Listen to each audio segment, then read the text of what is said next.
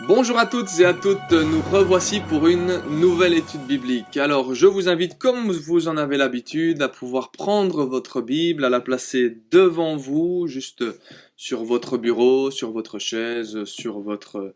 Peu importe où vous regardez cette vidéo, mais en tout cas le principal c'est pouvoir être, comme nous le répétons si souvent, comme je le répète si souvent, que ce soit dans les études bibliques, mais également à d'autres moments, d'être comme des Béréens, c'est-à-dire les Béréens ce sont ceux les Juifs qui ont reçu la parole de l'apôtre Paul et qui ont vérifié ce qui avait été annoncé, qui ont vérifié ce qui était enseigné.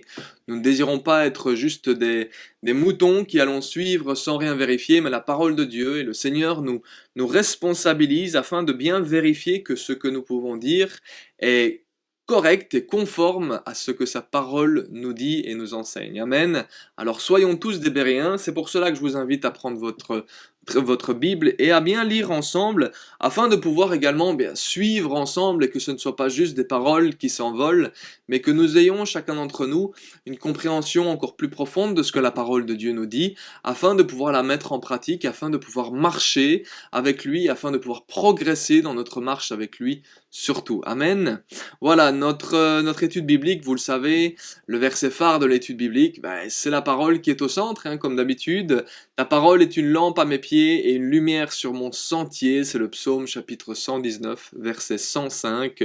Je vous invite à pouvoir lire le psaume 119 afin de bien voir la valeur que la parole de Dieu a et l'instruction et ce que cette parole peut nous amener, la valeur qu'elle a réellement comme outil d'instruction pour chacun d'entre nous afin que nous apprenions la volonté de Dieu et comment glorifier Dieu et comment la mettre en pratique surtout. Allez, on continue là où nous nous étions arrêtés la fois passée. Donc rappelez-vous, nous sommes dans Romains au chapitre 8.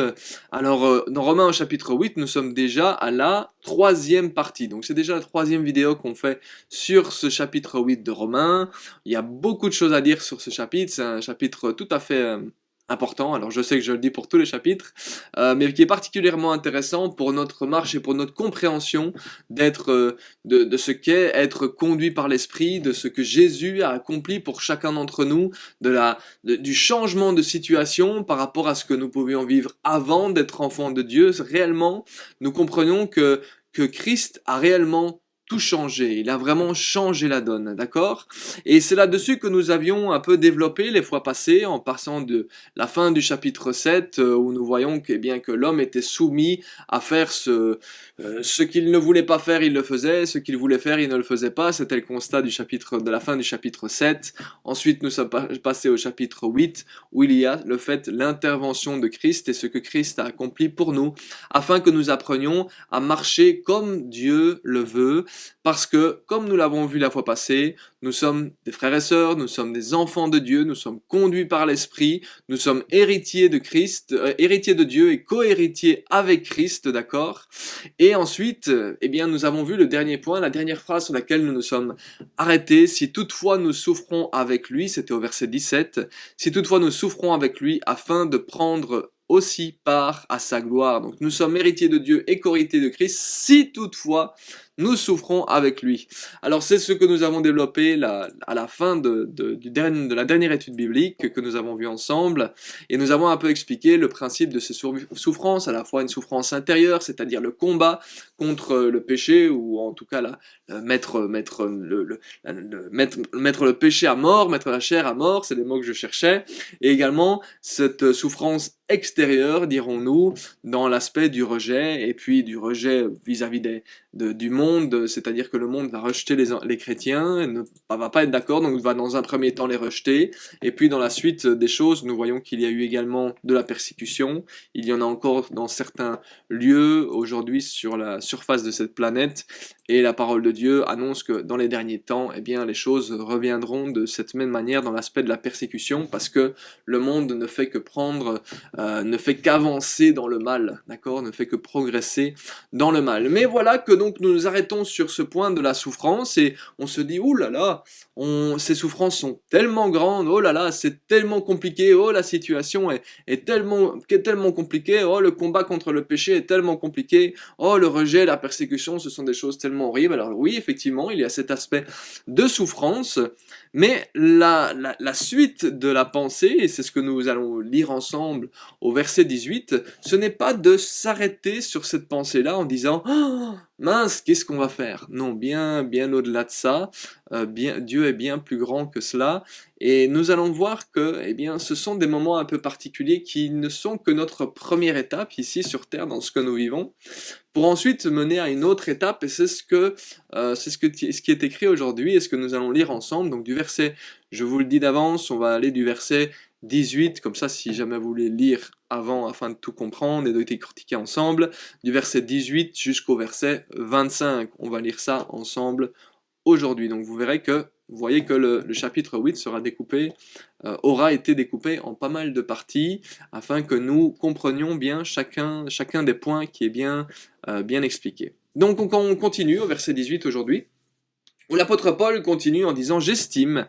que les souffrances du moment présent ne sont pas dignes d'être comparées à la gloire qui va être révélée pour nous. » Vous voyez, donc l'apôtre Paul part directement de la fin du paragraphe précédent que nous avons lu la fois passée, et vous voyez, on était en train de dire, oh les souffrances, oh ces choses semblent tellement énormes, les problèmes semblent tellement énormes, voilà, le combat contre le péché, eh bien il dit, eh bien non, j'estime que les souffrances que nous vivons pour le moment, eh bien elles n'ont aucun titre de comparaison avec la gloire qui va être révélée pour nous, et d'autres versions diront même en nous, la gloire qui va être révélée en nous, et nous voyons bien que, eh bien c'est vraiment cet aspect-là que la souffrance qui pourrait effectivement dans le moment présent nous sembler tellement énorme, cette souffrance est bien minime face à la gloire de ce que nous allons vivre par après, face à la gloire qui va se révéler en nous et pour nous dans ce que nous allons vivre dans la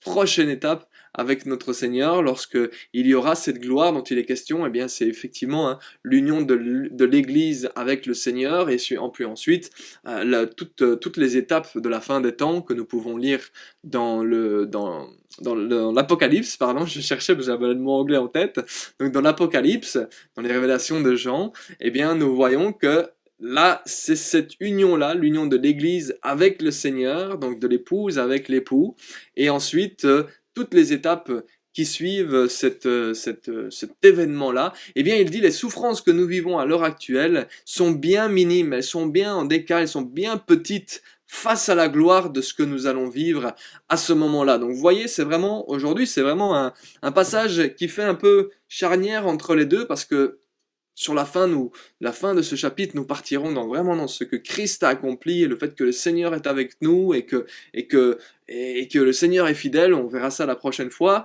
Mais là, c'est un moment qui fait un peu charnière en disant, mais continuez, comprenez combien les souffrances n'ont pas vraiment une énorme valeur face à ce que nous allons vivre. Donc on va commencer à tourner nos yeux, non pas sur la problématique de ce que nous vivons aujourd'hui, bien que nous devons vivre dans le moment présent, d'accord? Et nous allons livrer des combats face au péché, nous allons combattre, résister au diable également, et nous allons vivre des choses qui sont parfois compliquées sur terre. Mais là, le message de ce passage que nous allons lire aujourd'hui, ça va être de regarder un petit peu plus loin et de ne pas oublier le schéma, de ne pas oublier le projet que Dieu a sur le long terme pour son Église et pour son peuple. Donc il dit, si on doit comparer les deux, les souffrances et la gloire, eh bien les souffrances sont bien petites face à la grandeur quelque part de la gloire qui va être révélée pour nous, en nous. D'accord? On continue au verset 19 où il dit « De fait, la création attend avec un ardent désir la révélation des fils de Dieu. En effet, la création a été soumise à l'inconsistance, non de son propre gré, mais à cause de celui qui l'y a soumise. Toutefois, elle a l'espérance d'être elle aussi libérée de l'esclavage de la corruption pour prendre part à la glorieuse liberté des enfants de Dieu. » Tout un programme, toutes ces choses-là. Mais voilà, on voit que Le verset 19, c'est un fait intéressant que nous lisons dans ce petit passage-là. C'est un fait intéressant de voir que l'entrée du péché dans l'humanité, le fait que l'homme ait désobéi et que le péché soit entré, eh bien, il n'a pas eu un impact que sur l'homme. Il a eu un impact, le péché a eu un impact sur la création complète. Et ça nous ouvre un petit peu les yeux parce que on voit qu'effectivement le péché a eu un impact sur le reste de la création aussi, sur le fonctionnement de la planète dans son ensemble. Vous voyez, on va parler de choses, hein, c'est souvent des sujets qui reviennent, hein. Quand les gens parlent de Dieu et des gens qui ne connaissent pas Dieu et qui parlent de Dieu et qui disent oui, mais pourquoi est-ce que Dieu laisse faire ces choses-là, ou pourquoi est-ce qu'il y a des guerres, pourquoi est-ce qu'il n'intervient pas, pourquoi est-ce qu'il... Eh bien, nous sommes capables de parler de ces choses-là, des guerres, des catastrophes naturelles, des maladies, comme étant le résultat, soi-disant, de la colère de Dieu sur la terre, mais en fait, nous comprenons que c'est bien loin de la réalité. La création, elle a été confiée à Adam et à Ève. Quand nous lisons ensemble le livre de Genèse, nous voyons que Dieu a soumis, a confié et a placé en autorité l'homme sur la terre. Il lui a dit, prends soin, la terre te sera soumise, autrement dit, tu en deviens le responsable, tu es amené à en prendre soin. D'accord? Et au verset 20, d'ailleurs, on voit un peu cet aspect-là, si on lit ensemble. En effet, la création a été soumise à l'inconsistance, non de son propre gré, mais à cause de celui qui l'y a soumise. Alors attention à ça, parce que dans nos versions françaises, on voit que à cause de celui qui l'y a soumise, on aurait tendance à croire qu'il parle d'Adam. Alors que dans beaucoup de versions anglaises, il va mettre une majuscule sur le lui, en fait, donc celui, il aura une majuscule, parce que c'est Dieu qui a soumis la terre, d'accord? C'est lui qui l'a soumise. En fait, la traduction est un peu spéciale. Quand on prend la seconde 21, elle est un peu spéciale. Mais quand on prend d'autres versions un peu plus anciennes, même la Louis II, qui est la version juste avant la seconde 21, on voit qu'il est écrit car la création était soumise à la vanité, ou donc à l'inconsistance, non de son gré, dans son propre gré, mais à cause de celui qui l'y a soumise, avec l'espérance qu'elle aussi sera affranchie de la servitude de la corruption.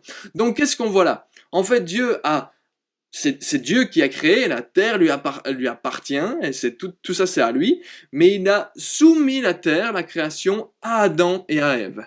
D'accord? Alors on pourrait dire, il savait qu'Adam et Ève allaient pécher, et donc c'est de sa faute. D'accord? C'est de sa faute que la corruption et l'inconsistance se sont installées sur la terre, c'est la faute de Dieu. Ben non, parce que Dieu a soumis la terre à Adam et à Ève. Mais il a soumis la terre à Adam et à Ève avec l'espérance. Et c'est là où la traduction de le second 21 change, étrangement d'ailleurs, est différente des autres. C'est que les anciennes versions vont dire qu'il a soumis la terre avec l'espérance qu'elle sera aussi affranchie de la corruption. Donc en fait, quand Dieu a confié la terre à Adam, oui, bien sûr que Dieu savait que il était au courant, il n'est surpris par rien du tout, il était au courant que qu'Adam et Ève allaient pécher, mais en attendant, il lui a confié parce qu'il savait, il était aussi dans l'espérance de ce qui allait arriver par après, c'est-à-dire que la création allait participer avec Adam et Ève à la liberté, à la glorieuse liberté des enfants de Dieu. Vous voyez, cette espérance-là, elle n'aurait pas pu être prévue par Adam parce qu'Adam était pleinement focalisé sur son péché et lui, il n'avait pas l'espérance de ce qui allait se passer après. Par contre, quand Dieu il a soumis la terre à Adam et Ève, il lui a confié la terre à Adam et Ève, et le résultat de ce qui se passe de mal aujourd'hui sur terre, c'est pas la faute de Dieu. C'est la faute d'Adam et Ève, ou en tout cas du péché dans lequel ils ont participé. Le péché est entré et a transformé la création, a vraiment agi puissamment sur le reste de la création et a causé toutes sortes de dysfonctionnements sur cette terre à cause du péché. D'accord?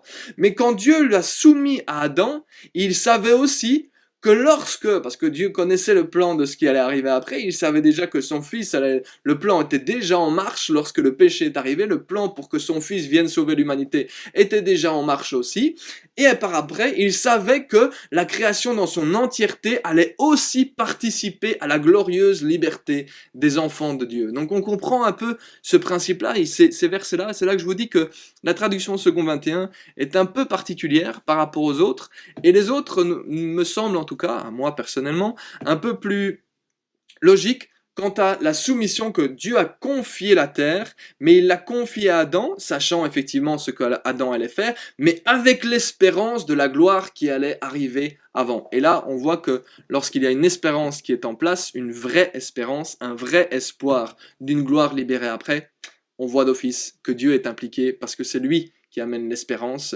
c'est lui qui amène la gloire par après, d'accord? Donc on voit que on comprend bien ce passage-là, et alors bien expliquer aussi que cet aspect de l'inconsistance, si quelques-uns peut-être ne le comprennent pas, l'inconsistance, c'est là que je dis que dans l'autre version, la Louis II par exemple, il disait la vanité. Alors quand on prend la définition propre grecque de ce mot-là, en fait c'est ce qui est vide de vérité.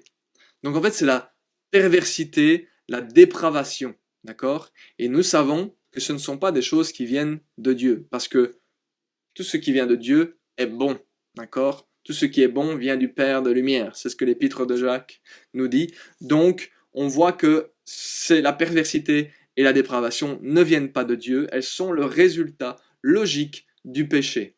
Donc, bien comprendre ce principe-là, c'est que la création aussi attend la gloire, la libération, d'accord, je reprends les termes afin qu'ils soient justes, la glorieuse liberté des enfants de Dieu, comment est-ce qu'il dit ça dans la version par la liberté de la gloire des enfants de Dieu, qu'elle sera affranchie de la servitude, de la corruption. Donc on voit que on voit ce principe-là, d'accord?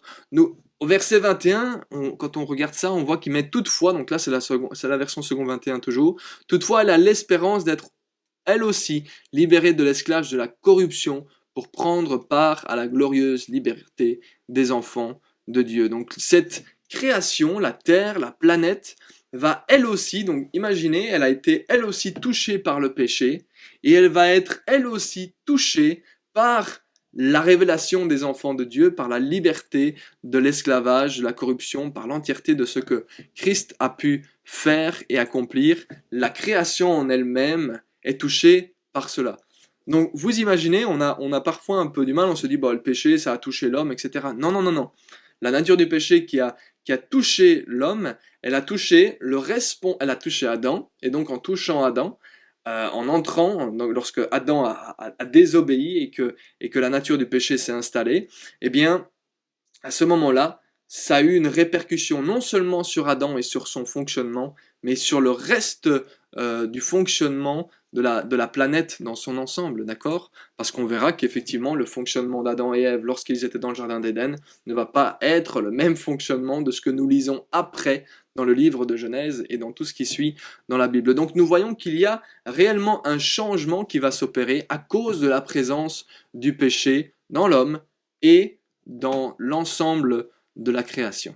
D'accord? Donc c'est un fait intéressant parce que ça montre la répercussion que ça a. Mais ça répond aussi un peu à nos questions où, comme je le disais tout à l'heure, on va dire oui, mais est-ce que c'est la faute de Dieu, c'est guerre, c'est... Non, en fait, c'est vraiment le péché qui a pris cette place parce que Dieu, parce que l'homme, parce que Adam a péché, eh bien, la nature du péché a pris cette place et a engendré tellement de mauvaises choses, même dans le fonctionnement même de la planète, il y a eu une transformation, des catastrophes naturelles, des choses comme ça qui n'étaient pas prévues spécifiquement depuis le commencement. On voit la répercussion que ça a, et même au travers des créatures de la planète, des animaux, etc., ça a eu une répercussion aussi sur leur fonctionnement, sur leur manière d'agir, d'accord? Donc ça va bien plus loin que ce que nous pouvons penser. La répercussion de ce qui s'est passé spirituellement avec l'arrivée de la nature du péché dans l'homme qui était responsable de la terre,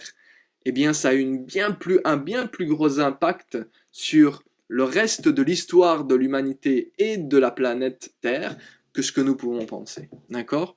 Donc ça c'est quand même intéressant cet aspect-là, le fait que la création aussi attend avec un ardent désir la révélation des fils de Dieu. Donc autrement dit, la création aussi est en attente face à ce que le développement, à ce qu'on arrive vers la fin, vers l'Apocalypse, d'accord?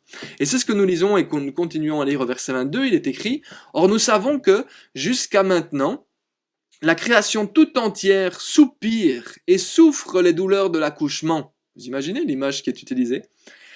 Verset 23, « Et ce n'est pas elle seule qui soupire, mais nous aussi, qui avons pourtant dans l'esprit un avant-goût de cet avenir. Nous soupirons en nous-mêmes, en attendant l'adoption, la libération de notre corps. » L'état dans lequel la création se situe actuellement, maintenant, parce qu'il dit jusqu'à maintenant, donc nous savons que jusqu'à maintenant, donc on n'est pas encore dans l'Apocalypse, ou en tout cas les événements de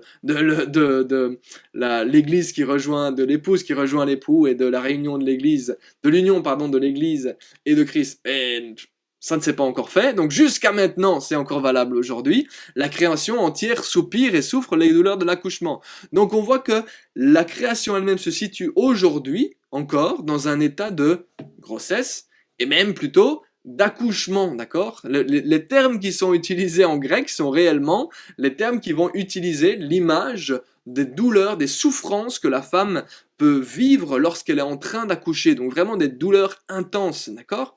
C'est-à-dire le point c'est qu'on sait que le bébé est là, on sait qu'il va arriver, mais on soupire et on souffre en attendant de le voir réellement, de le voir sortir réellement afin qu'il soit réellement là, que les choses se manifestent réellement, qu'elles soient visuelles, d'accord? Eh bien, c'est la même chose pour nous. Non seulement la création, elle est dans cet état-là, elle attend jusqu'au moment où les choses vont se manifester et que la gloire de Dieu va être, lorsque nous allons, la gloire de Dieu va se révéler pleinement en nous et pour nous, la création est dans cet état-là, mais nous aussi, on est dans cet état-là. Nous aussi, nous sommes dans un état d'attente face à la libération de notre corps, d'accord? Nous aussi, nous sommes dans un état, comme il disait au verset 18 et 17 aussi, et même au 17 que nous avons lu la fois passée, nous sommes dans un état de souffrance, d'un état d'accouchement, comme l'accouchement de la femme qu'elle peut vivre, parce que nous voyons que,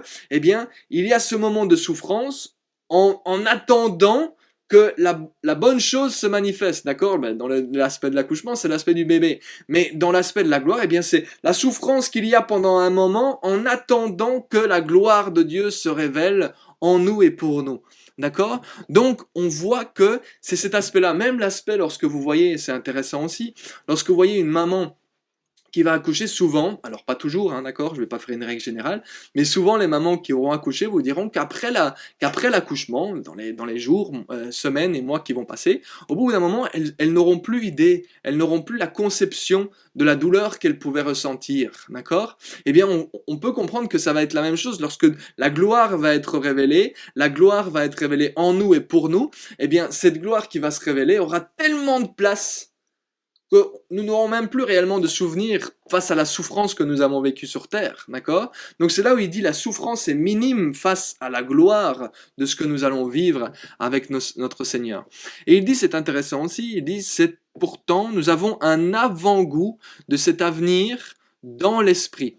Alors, certains pourraient lire ce passage et se dire « Ah, nous avons donc dans l'esprit un avant-goût. » Donc, en fait, nous n'avons qu'une partie de l'esprit de Dieu, nous n'avons que, en quelque sorte, c'est une image, d'accord, mais nous n'avons qu'un demi-Saint-Esprit pour le moment, on n'a pas la plénitude de ce que Dieu. Alors, il n'est pas du tout en train de dire ça, parce que ce serait contraire à tout le reste, de pouvoir dire « Ben non, en fait, vous avez tout reçu, lorsque Jésus a dit tout est accompli, vous avez reçu, c'est d'ailleurs ce qu'on a vu un peu les fois passées, parce que nous sommes héritiers, nous sommes enfants de Dieu, héritiers, co-héritiers, c'est déjà valable maintenant, d'accord? Nous sommes déjà héritiers et co-héritiers de Christ, donc nous avons déjà tous les outils nécessaires, l'Esprit de Dieu est avec nous, nous avons les capacités de Dieu, nous avons les dons, nous avons le fruit de l'Esprit, donc tout est disponible pour tout enfant de Dieu afin d'agir parfaitement, afin de lutter contre le péché, et ou de se battre et de faire mourir la chair plutôt, afin d'utiliser les bons termes, et afin de vivre comme Christ. Nous avons tous les outils nécessaires, tout est là, tout est présent, nous n'avons plus qu'à apprendre à les mettre en place. Ça ne change pas. Donc il n'est pas en train de dire que ça, ce n'est pas le cas. Ce qu'il est en train d'expliquer, c'est que Nous sommes dans la première étape de notre parcours en attendant de vivre la deuxième étape, d'accord? Et la première étape dans laquelle nous sommes présentement, eh bien, elle consiste dans le fait que nous sommes nés de nouveau, notre esprit est vivant, mais l'étape dans laquelle nous nous situons maintenant, c'est que Dieu nous a donné toutes les capacités nécessaires afin de vivre comme Christ et d'apprendre de lui afin de marcher comme lui. Ça, c'est la réalité des choses. Donc notre esprit est né de nouveau, il est vivant, il est en connexion avec Dieu, nous sommes le temple du Saint-Esprit, il n'y a pas de problème avec ça. Mais l'étape dans laquelle nous nous trouvons pour le moment, c'est que notre corps est lui encore bien attaché à cette terre. Et il est lui encore bien charnel. D'où ce que nous avons pu expliquer la fois passée par rapport à faire mourir la chair, d'accord? Donc nous sommes dans cet état de souffrance intérieure, de devoir combattre contre le péché, mais cette première étape dans laquelle nous nous trouvons, eh bien nous sommes dans une étape où notre esprit est vivant, en connexion avec Dieu, réconcilié avec Dieu, sauvé, justifié, etc., etc. Nous avons toutes les armes nécessaires pour marcher comme Christ, mais notre corps, lui, là où est la souffrance, c'est que notre corps, lui, est encore bien attaché à cette terre et il est encore bien charnel. C'est l'étape dans laquelle nous nous trouvons. Par contre, l'espérance que nous avons se situe dans la transformation même de ce corps, afin qu'il ne soit plus attaché à la terre, mais que l'entièreté de mon être soit un avec Dieu. D'accord? Ça, c'est l'étape suivante. Et là, c'est la libération. C'est ce qu'il entend par la libération de notre corps. La rédemption, ou d'autres versions diront la rédemption du corps, ou la délivrance de ce corps de chair. Il n'y aura plus la chair, lorsque nous serons avec lui dans la gloire, il n'y aura plus que lui, nous serons un avec lui, la nature du péché ne sera plus présente, la chair ne sera plus présente, parce que, comme nous avons déjà pu le voir dans d'autres passages, ce corps, cette tente, d'accord, dans laquelle nous nous trouvons, qui est corruptible, va revêtir l'incorruptibilité, et le corps mortel va revêtir l'immortalité, va devenir immortel. C'est ça la gloire. C'est ça la seconde étape, la deuxième étape vers laquelle nous nous trouvons. Donc ce n'est pas de dire que, aujourd'hui on n'a pas tout. Si, on a tout, ce que Dieu nous a tout donné afin de marcher pour Christ, et avec Christ, et comme Christ. Mais, nous avons encore une problématique, c'est que notre corps est attaché à cette terre. Pour le moment, nos yeux se tournent dans l'espérance vers le jour où ce corps ne sera plus attaché à cette terre, mais nous serons pleinement un avec Dieu et qu'il n'y aura plus pour nous cette souffrance face au fait de devoir lutter contre un péché intérieur. Il ne sera plus là, il n'aura plus aucune place parce que nous serons un avec Dieu. D'accord? Donc ne pas du tout comprendre ça en se disant ah tiens, on n'a qu'un demi-Saint-Esprit ou on a non non non non, c'est pas du tout ça dont il parle. Et d'ailleurs, c'est de cela qu'il dit quand il parle des premiers fruits. Nous avons le premier fruit. Le premier fruit, c'est la récolte aussi, mais c'est les premiers fruits, c'est la première étape, d'accord? Eh bien, c'est le même principe. Ça ne veut pas dire que ça ne fait pas partie de la récolte. Non, les premiers fruits, ils font aussi partie de la récolte. Mais c'est la première partie de la récolte. Eh bien, quand on aura vu toute la récolte, eh bien, on pourra dire, ok, là, tout est fait complètement. Mais là, pour le moment, nous ne sommes que dans les premiers fruits. Et donc, nous sommes, eh bien, encore quelque part partagés dans le sens où nous vivons dans l'esprit pour notre Seigneur, mais notre corps est encore bien charnel et attaché à cette terre. Donc nous nous tournons, évidemment, et que c'est comme il dit, nous soupirons en nous-mêmes en attendant l'adoption, pas qu'on n'ait pas adopté, d'accord? Pas qu'on n'ait pas adopté, vu qu'on a vu la fois passée que nous sommes enfants de Dieu. Donc on a déjà été adoptés, nous sommes héritiers et co-héritiers de Christ. Mais afin que l'adoption complète, si on voulait, la réelle manifestation, même au niveau de ce corps, que l'adoption soit totale lorsque nous serons libérés de ce corps charnel. À ce moment-là, l'adoption sera totale sur l'entièreté de notre être. Mais, je marque bien le attention, ça ne veut pas dire qu'on doit dire « Oh, mais ça y est, il a dit qu'en fait on avait la moitié du Saint-Esprit ou qu'on savait pas faire exactement. » Non, c'est pas vrai, c'est pas ce que la Bible nous dit. La Bible nous montre bien que nous avons tous les outils nécessaires afin de marcher avec, donc par, pour et avec Christ, d'accord? Mais que nous vivons toujours avec cette petite problématique du péché, de la nature du péché, qui est bien présente, mais qui n'a plus la domination qu'elle avait sur nous par avant. auparavant. C'est ce qu'on a vu ensemble la fois passée. Le péché, la nature est toujours là, la nature du péché est présente, mais elle n'a plus la domination, elle n'a plus l'autorité qu'elle avait auparavant sur nous, parce que cette autorité-là, lorsque Christ est là, et Christ a écrasé cette domination, et ceux qui placent leur confiance en lui vont marcher dans cette liberté face au péché. Ça n'empêche pas que la nature du péché est toujours quelque part une épine dans le pied pour le moment, elle est toujours une certaine problématique par rapport à l'homme, jusqu'au moment où l'adoption sera complète, oui vraiment complète, qu'elle aura atteint la deuxième étape, l'étape complète de l'union parfaite avec Christ. D'accord? Bien comprendre chacun de ces points-là. On continue au verset 24. De toute façon, si jamais vous aviez une question par rapport à ça, n'hésitez pas à envoyer un email ou de poser la question lorsqu'on se voit à l'église, il n'y a aucun problème avec ça aussi, ou un vendredi soir, bien entendu, il n'y a aucun problème. Verset 24, en effet, c'est en espérance que nous avons été sauvés. Or, l'espérance qu'on voit n'est plus de l'espérance. Ce que l'on voit, peut-on l'espérer encore?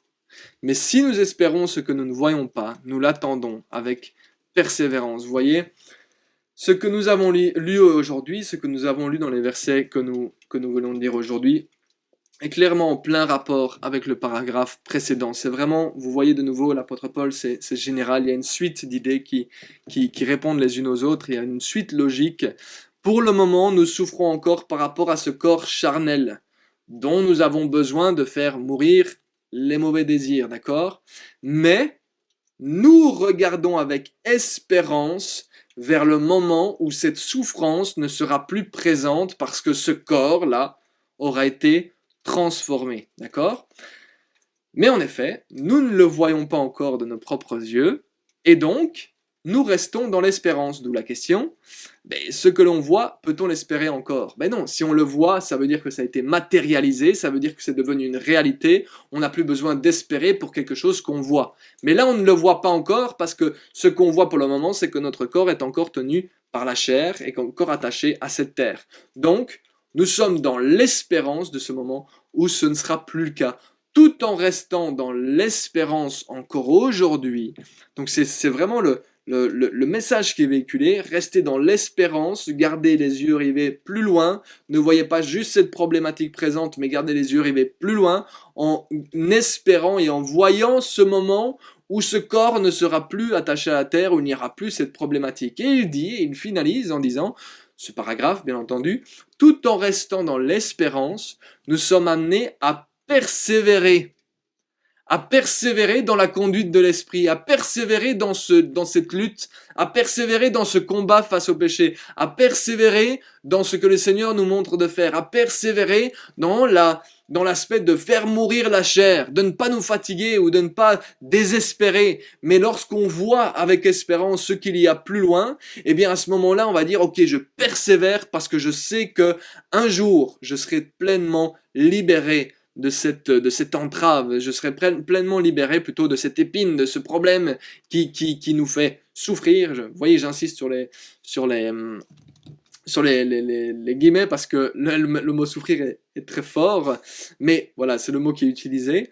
Donc, le principe, c'est continuer à persévérer. Nous sommes amenés à persévérer, sachant qu'un jour, les choses vont changer et que cette souffrance n'aura plus lieu. D'accord?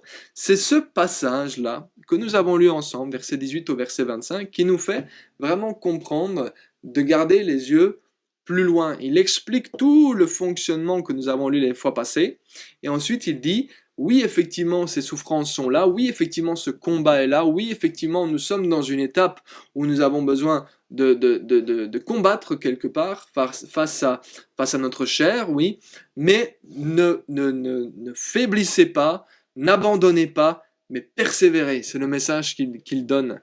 Parce que, et ça on le verra la fois prochaine, parce qu'effectivement, eh bien, Dieu est avec vous et vous êtes avec lui, et effectivement, la victoire de ce qu'il a accompli dépasse tout entendement. Mais ça, on le verra bien entendu la fois prochaine. Donc le paragraphe, pour conclure aujourd'hui, le paragraphe qu'on vient de lire, il est particulièrement important dans l'encouragement, quelque part, qu'il donne, d'accord? Parce qu'on pourrait avoir été pas écrasé, mais quelque part se dire, waouh, c'est toute une tâche de pouvoir être conduit par l'esprit. Oh, c'est toute une tâche, on va devoir vraiment lutter, on va devoir. Alors, oui, c'est la réalité des choses, mais nous savons qu'il y a une espérance, il y a un espoir plus loin, d'accord? Et ça révèle, ce paragraphe, un principe important dans la vie du chrétien, c'est l'espérance, d'accord? On en a déjà parlé dans les premiers chapitres, il y a quelques mois de ça, de l'épître aux Romains, mais le principe est important parce qu'il rappelle à l'enfant de Dieu de ne pas garder les yeux sur la difficulté présente, mais apprendre à voir un peu plus loin en se rappelant à lui-même ce que Dieu a promis, d'accord? Et même plus que ça, il apprend à l'enfant de Dieu à se joindre. Là, c'est ce qu'on a vu aujourd'hui, et moi je trouve ça tout à fait fascinant. Il apprend à l'enfant de Dieu de se joindre à ce que la création fait déjà, d'une certaine manière, en apprenant d'elle, d'accord? En disant, mais en fait, la création aussi, elle est dans le même bateau, quelque part. Le message, c'est celui-là, c'est que le reste de la création est dans le même bateau que ce que l'homme est en train de vivre, et parce qu'elle a été soumise au choix de l'homme, d'accord? Mais cette création même, elle attend avec espérance ce moment où la libération sera présente et elle garde les yeux rivés sur cet instant-là, sur le moment où il y aura cette libération, cette rédemption, cette délivrance et que la gloire de Dieu se manifestera pour nous et en nous. Je répète ce qui a été dit au verset 18. Donc il dit quelque part, enfant de Dieu, regarde ce que la création, la manière dont la création agit, ben fais de même, persévère, continue à agir de cette manière-là et tiens bon, continue à agir, à continuer ton travail, ta marche avec Dieu parce que c'est là-dedans qu'est notre mission, d'accord? Mais c'est vraiment cet aspect-là, persévère et continue.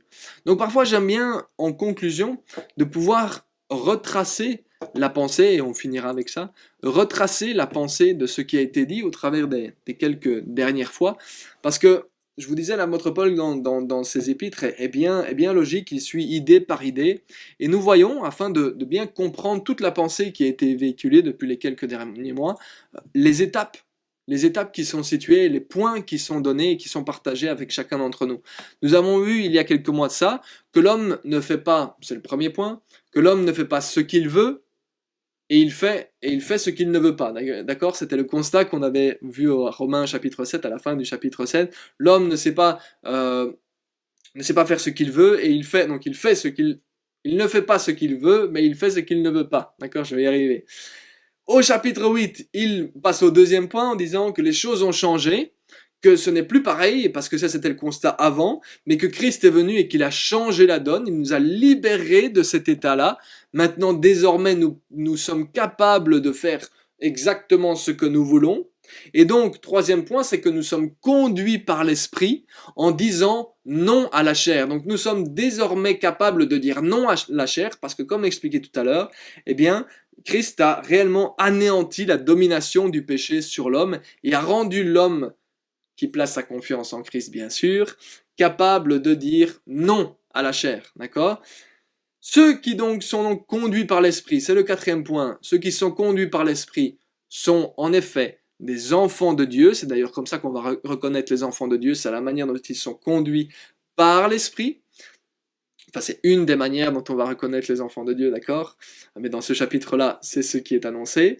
Ceux qui sont enfants de Dieu, point 5, nous sommes enfants de Dieu, donc nous sommes héritiers et co-héritiers avec Christ. Mais point 6, pour être pleinement héritier, il faut souffrir avec lui. Alors le point 7, et c'était le point pour aujourd'hui, souffrir avec lui, oui, bien entendu, parce que nous ne voulons pas que le péché prenne la place en nous, mais en gardant les yeux sur le moment où ce ne sera plus le cas, avec l'espérance de ce moment où ce ne sera plus le cas, persévérez et tenez bon, parce que Dieu est avec vous. Et ça, on le verra, bien entendu, la prochaine fois. Je ne sais pas encore si on fera encore une vidéo ou deux vidéos. On avisera à ce moment-là. Mais nous verrons que nous avançons tout doucement vers la fin du chapitre 8, où là, clairement, la fin de la pensée sera pleinement expliquée par rapport à ce développement-là. Amen.